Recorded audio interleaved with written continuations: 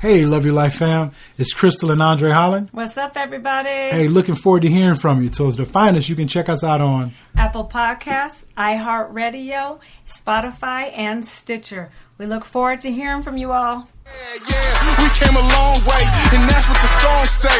And I can do all things. I can do all things. Yeah, I can do all things. Hey, Love Your Life family. Welcome back to another Loving Your Life podcast. It's just this Crystal. What's going on, fam? It's your boy, Andre. And we are back at you with another discussion about loving your life. Yes. Loving your life. Vital, for sure.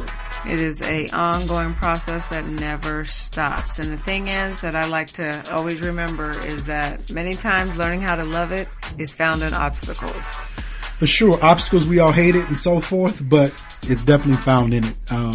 So, babe, kind of, how you feeling today? What's going on, girl? You ready to do this? Tell me what's going on with you. Doing all right. Kind of in a just chill, relaxed mode. I've been thinking about, adding to the garden, so I want to do some things there. So looking forward to that. Adding some more beautiful colors around our home and continuing to, enjoy life.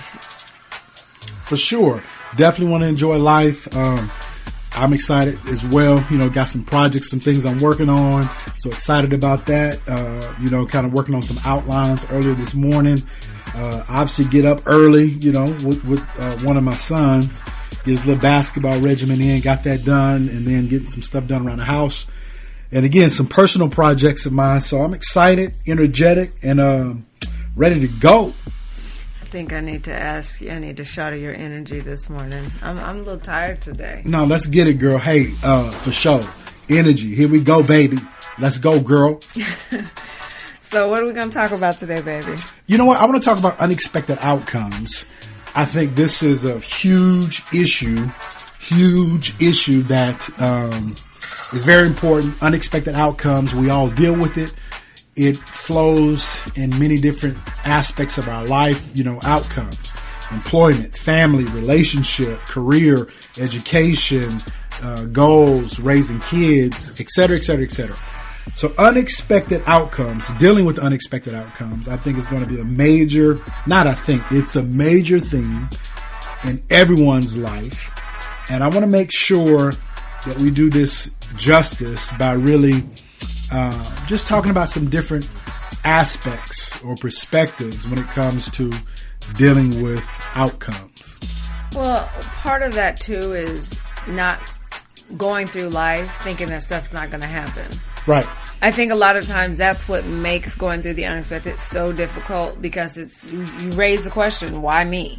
Why do I have to go through this? Or you see somebody else going through something and it's like, why them? They're good and, it's my people or whatever it is. But right. Versus, life is our greatest teacher. Yeah. It's going to happen. There are things that it's just out of our control. And I've mentioned before, I believe this whole trying to control things is an illusion. Yeah. It's something that we try to do because we really have no control over a lot of things. Right. So obviously the one thing that you can control is your behavior. Correct. And how you react versus respond to something.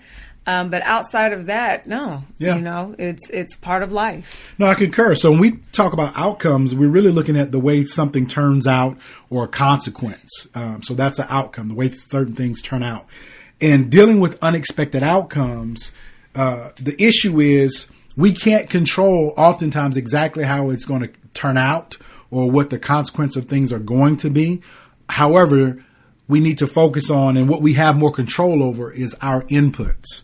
And I'll kind of get to that in a second, but what we are actually doing. And so outcome, again, the way something turns out, or a consequence.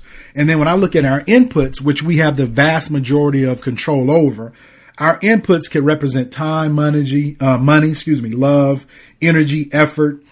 These are the things that we're doing with the goal of producing a certain outcome. Now, obviously, we're going to have a particular goal and thought of how we want things to turn out. So we're not saying to not have goals or not have expectations right. of how things come out, especially when you're directly involved in inputting yourself, time, talent, energy, money, et cetera, et cetera. However, even though we focus on these inputs, they don't always correlate to the outcome that we're expecting. And so I want to challenge our listeners. We all have to get to a place where we can deal with unexpected outcomes, meaning we can put a lot of time, love, energy, and effort in something, and we have a specific outcome that we expect. And then the outcome turns out differently. And so we really need to focus on being able to deal appropriately with those unexpected outcomes. And so what comes to mind, number one, for me, I'm going to just share a huge key that I've found to be to help me in life in a variety of aspects and perspectives is learning how to pivot on a dime. Okay? What does that mean? So pivot. So this is one way that you can deal with unexpected outcomes. Pivot just means how to change your course or modify and adjust. Okay. So let's say you put your money into this business and you expect this business to reap this particular return or this particular return in this particular time frame. And then you get that outcome. It doesn't come back the way you expected it to. So one of the things you can do is pivot, meaning just change your course a little bit, modify, adjust, tweak it a little bit. That's a part of success. Being able to pivot versus continually doing the same thing the same old way, but expecting a different result. That's huge. I know for me in particular, one of the things that helps me is being optimistic.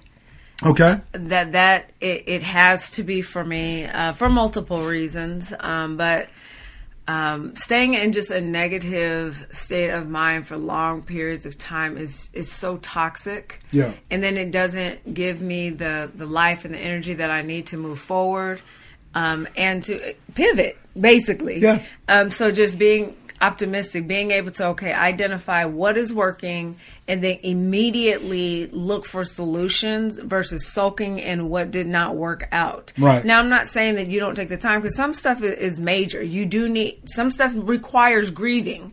You need to grieve in a healthy way, depending on what that looks like versus suppressing it, acting like it doesn't exist, and then it manifests later on in your life. But being able to, this is what it is.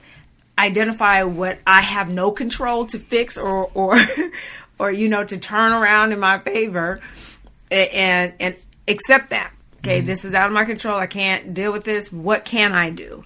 And then being able to set realistic expectations, not something that is so high so that it's an ongoing stressful situation, but set realistic expectations and then modify from there so that I don't overextend myself. Well, no, and I think for sure when you mention optimism or being optimistic, that directly correlates with your ability to pivot.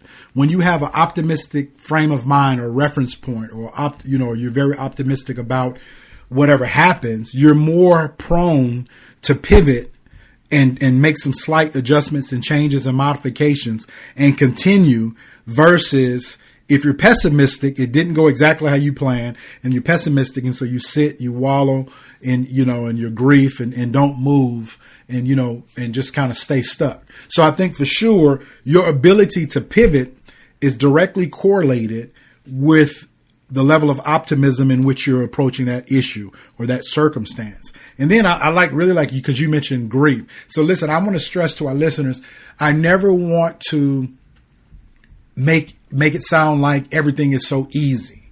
I've heard people say just get over it and so forth. Listen, I'm never going to minimize the trauma of when something doesn't work out, when you've invested time, years, money, love, your heart, energy, effort, and it did not work out like you wanted, or there was some hurts and some severe traumas and pains associated with you falling in love and then something happens, a huge breakup. Listen, I am never going to minimize that. That stuff does hurt. It is real. It does take time to heal.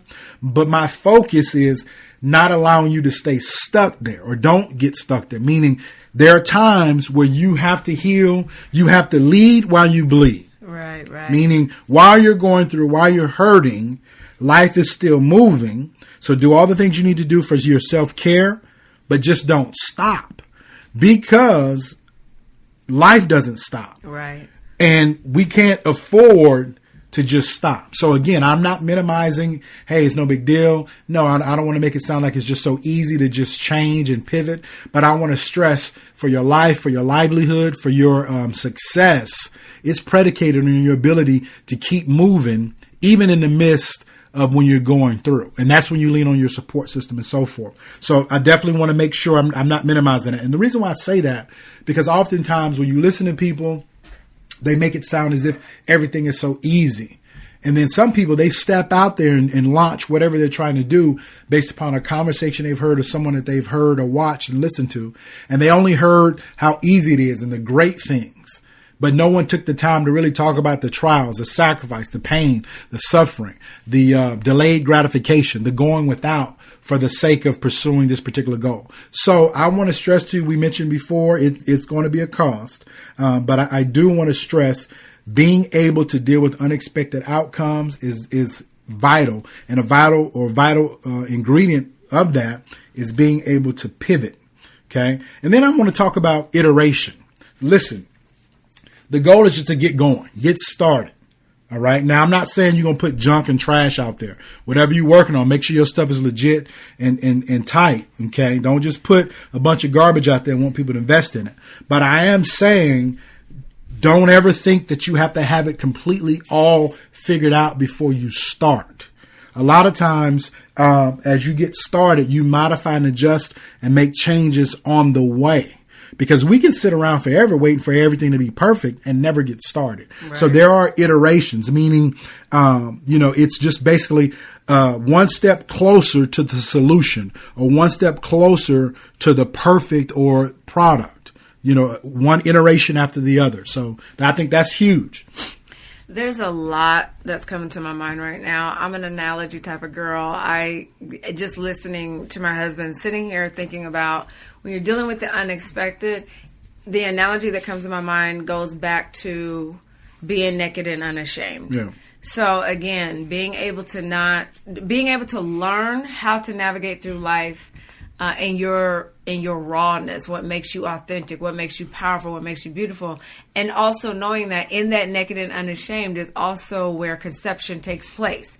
Now, if we think about conception, when something gives birth, everybody responds to being impregnated with something in a different way. Right. And just like it takes 9 months for a baby to before a baby comes, there are certain steps and protocols and things that you have to pull away from, certain things that you can't eat and digest anymore because it'll damage the baby. So being able to look at where you are right now, what are you conceived with? What have you been impregnated with? Especially now, this is such a vital topic right now, dealing with the COVID-19. Mm-hmm. A lot of people are confronting the unexpected. Right. But what are you pregnant with? Mm-hmm. And how are you giving it the proper nutrition? What have you let go of because it'll hurt the baby? Yeah. And so being able to paint a picture around what you are pregnant with, and then also knowing that everybody cannot be in this space with you. Everybody can't know about the baby, and so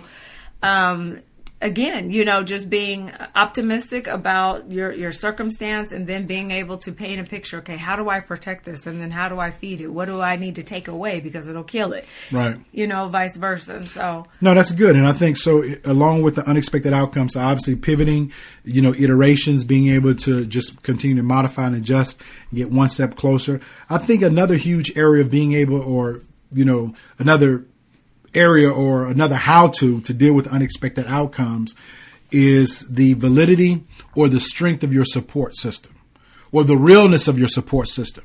Because this is what I mean by that. So realness. A lot of people say they're with you, but when you're in a crunch, the people who are really with you are those that are with you in your most desperate times, when you're in a bind. Anybody can be with you when everything is going well, money's flowing, success, et cetera, et cetera. That is not a precursor of being able to identify who is really with you. Who is really with you, or your real support system, are those people, that person or persons that stand with you when you're going through. Okay, so a major way, a major way to help you deal with unexpected outcomes is that real support system. Those people, organizations, support groups that can help you, not tell you what to do, but just stand with you, pray for you, talk with you, give you an ear to bounce ideas and thoughts and suggestions off of, allow you to share your heart, those that can listen objectively without being judgmental and just hear what you have to say while simultaneously encouraging you not to give up, encouraging you not to, wallow in self-pity or despair, but just saying, come on, you can do it. I know it hurts. This is traumatic what you've been through, but I believe in you, etc. So this is why I stress, we are not created to be Lone Rangers. Mm-hmm. Okay. Lone Ranger had Tonto. All right. We are not created to be in our own little bubble, isolated. We all need someone. And so for those who have buried themselves in an isolated state for fear of getting hurt again, I would encourage you. It's not easy. It's not hard, but do your work. It takes time, but make sure that you have a support system. Because the bottom line is we all need someone. We all need somebody. But for sure, that's huge. We need that support system. And when we go through, when times gets difficult, that's when it's a premium. That's when it's very, very important to have people that can stand with you. And it's important, as what I'm getting ready to say is going to probably sound a little irritating, but it's important that you go through. It's important that you experience challenges. And because it exposes so much about you, it reveals who you are at the very core. And then it also exposes the people that say that they're down for you. Mm-hmm. It really gets to the meat of your relationships. Okay, who is really in my life? Who is really able to navigate through this with me? And so those are vital moments. And here's the thing. Challenges are opportunities to grow in love at the end of the day. So many times we ask the question, God, why is this happening to me? Why did this happen to somebody? The why? Versus, God, how can I learn how to grow up in love in this season, through this circumstance? And I truly believe wholeheartedly that is why trials are still an issue in the earth, along with other issues. But many people raise the question to me, well, why did God allow this? And why does he do this? And I believe that the answer to that is because it's an opportunity for us to grow up in love. We have no excuses to ever not say, well, I don't know how to, love her through this or love him through this, or the opportunities are always presenting themselves. The issue that we run into is we go self-centered, from self-centered view. Like, I can't believe this is happening to me. Yeah. And I get that. Believe me, we get that wholeheartedly. Yeah. Versus, okay, God, grow me up in this area. What is it that you're trying to reveal to me? And I shared with my husband about a couple of weeks ago. I heard this gentleman, he was speaking on how it used to annoy him, people that were crying all the time and felt like they needed to talk to somebody all the time and they're just weepy. He said it was just annoying to him. He never understood it.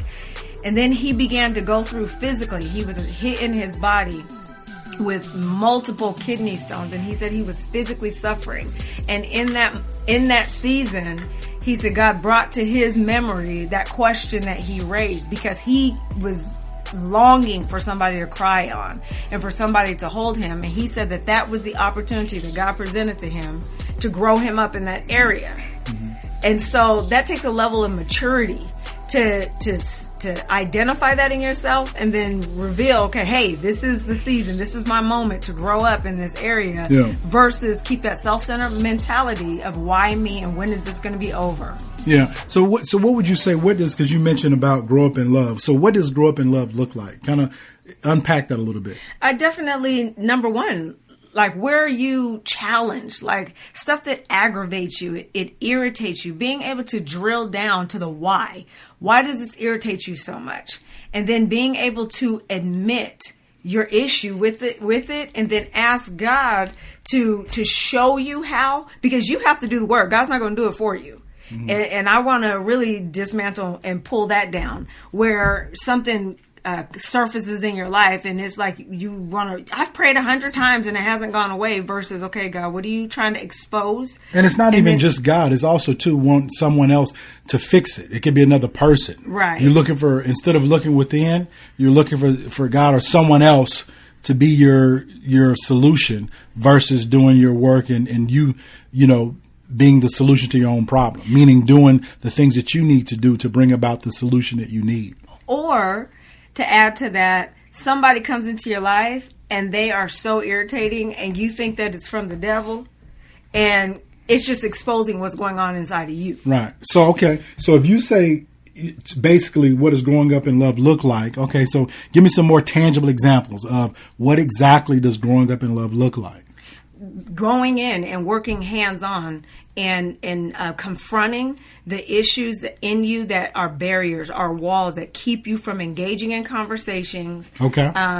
And stretching you so that you are literally coming out of this shell. You think about a garden, you think about the seed when it's breaking out of the shell and it's taking root. Coming out of your shell and beginning to take root in a situation, and you're growing through it versus shriveling up and dying in it, or, trying to find a way out, or making excuses and always pointing the finger at the other person, versus confronting, okay, God, what are you trying to reveal and expose and teach me in this season, where you now honor that season, you respect somebody else's situation, you can empathize with them now, versus be prideful and have a self-righteous mentality about the situation. Well, I think too, because you mentioned how going through challenges, it gives us opportunities to grow in love.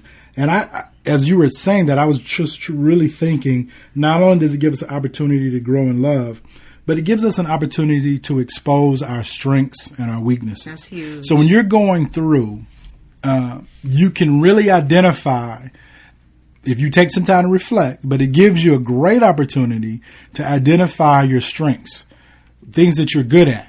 And sometimes when life is just, life as usual, you don't really realize, or you may not be aware of the things that you are really good at until you're pressed upon and you have to make it out. And then you begin to lean on some of your strengths. So for sure, I think it gives you an opportunity to identify your strengths, the things that you're really good at. And even, I can't say it's better, but another perspective, it gives you the ability to identify your weaknesses.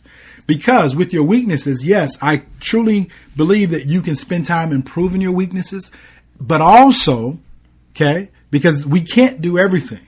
And I'm never going to give anyone a pass about not growing in areas that they struggle in. Right. Hopefully, as a mature person, you look to do better in every area that you struggle in. However, that doesn't mean that you need to put the lion's share of your time in your weakness. Meaning, so if you can identify your weaknesses, as you may grow in it, spend some time to grow in it, but you can also have a better understanding of where you may need to invest more money, time, talent, and resources.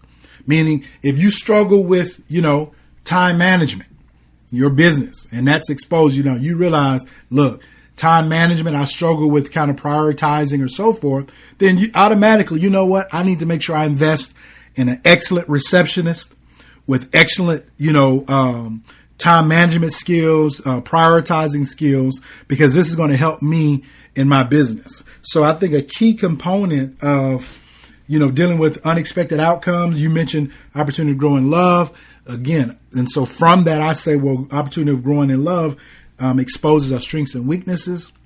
When you can identify your weaknesses, it can truly help you, because it can kind of identify some areas that you need to put more time, talent, money to, so that you can move forward. And again, it doesn't mean that you have to be the one to get your weakness. You spend so much time and money on improving your personal weaknesses. It could mean that you invest in money for someone to come alongside you to fulfill the area or areas that you're weak in, so that you can keep moving.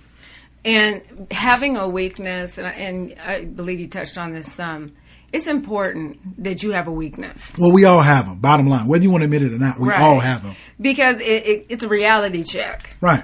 Your power is limited. Mm-hmm. You only have so much power. And being able to, again, accept that as truth. Well, I would say when you say power, I think we have so much power that we don't realize. But I think, if I'm hearing you correctly, I think you're saying the things that you're good at, your strengths and so forth, basically you don't have it all. Right. Okay. Absolutely.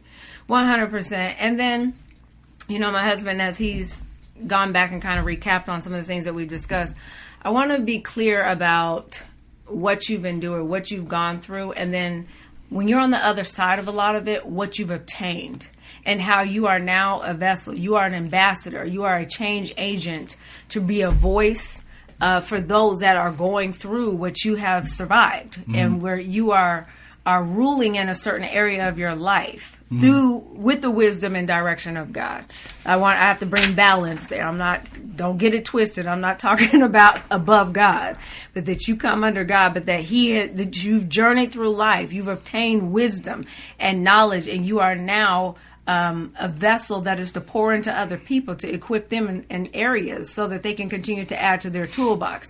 But here's the thing. Whatever your story is, be mindful of those that try to silence you, because they're tired of hearing you talk about something. You went through something and it is relevant for somebody, and being able to be that voice. And I'm saying this especially because this is where sometimes the speck in the eye and the beam in your eye becomes an issue, where those closest to you get tired of hearing stuff all the time. And it's in you because you're on the other side of it. But being able to identify the people that God has called you to impact through your story. And even as you're talking, because you mentioned God about 7-8 times, and I want to stress, obviously for us, this is a key component that I think we really didn't address, dealing with unexpected outcomes, because people come from all different backgrounds, beliefs, non-beliefs, etc. For us, one of the most focal point in my wife and our ability to deal with unexpected outcomes for me and my house, was directly correlated with our leaning and depending on the Word of God, seeking His face. So I want to make no bones about it.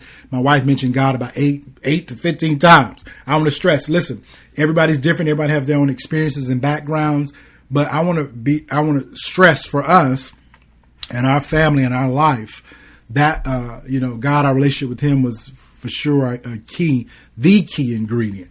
And so, I just want to share that. Listen, wherever you are, though, just know that where you are doesn't mean where you have to end up. Life happens. There are going to be setbacks. There are going to be things that hurt us. There are going to be people that are going to betray us. People are going to walk out on us. There's going to be some internal things that come to the surface that we realize that we don't like about ourselves. There's going to be errors that we realize that we messed up or that we struggle with.